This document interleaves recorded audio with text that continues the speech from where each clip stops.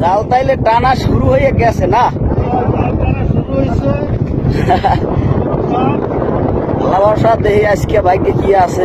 তো আমার টার্গেট তো আসলে জীবিত মাছের উপর বেশি। জীবিত মাছ বেশি না? আচ্ছা দেখি। ওই আইসা পড়ছে।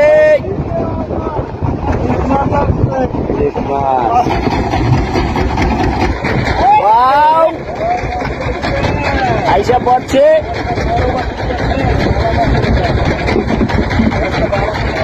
লক্ষ্মীর আইয়া পড়ছে। আচ্ছা আইসে আইসে।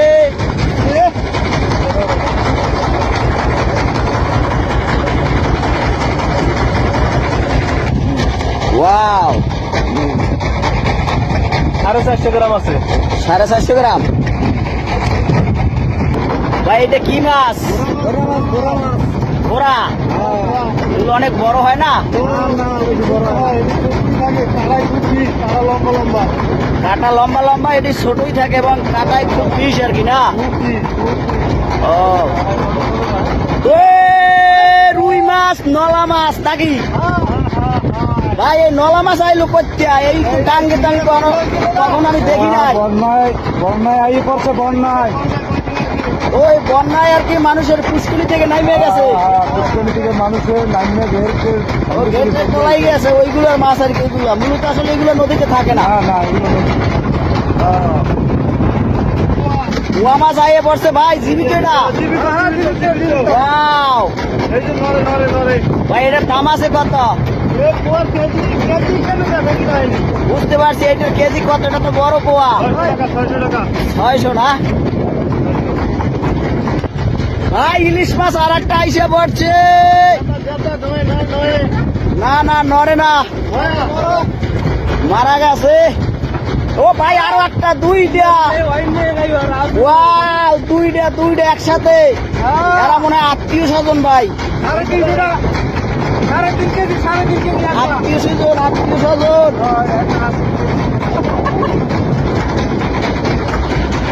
ভাই পোয়া মাছ আইয়া পড়ছে। এ ভাই জীবিত, লাফাইতেছে। লাফাইতেছে, এটি একদম আলগা। ভাই মাছ তাইলে আমরা এই একটা জালে কয়টা পাইলাম? 4টা না 5টা? এত 5টা। ওই আরো একটা ভাই, ওই মাছটা দেই তো, ওই মাছটা ছাড়াই দেন তো ভাই।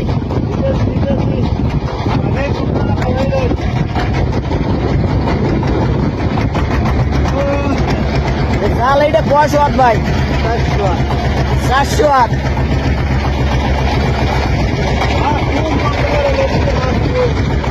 এটা 400 হাত জালে আপনার মাছ পাইলাম মাত্র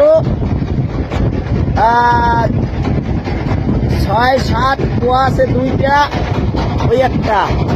আচ্ছা ভাই মাছ কম হওয়ার মানে কি?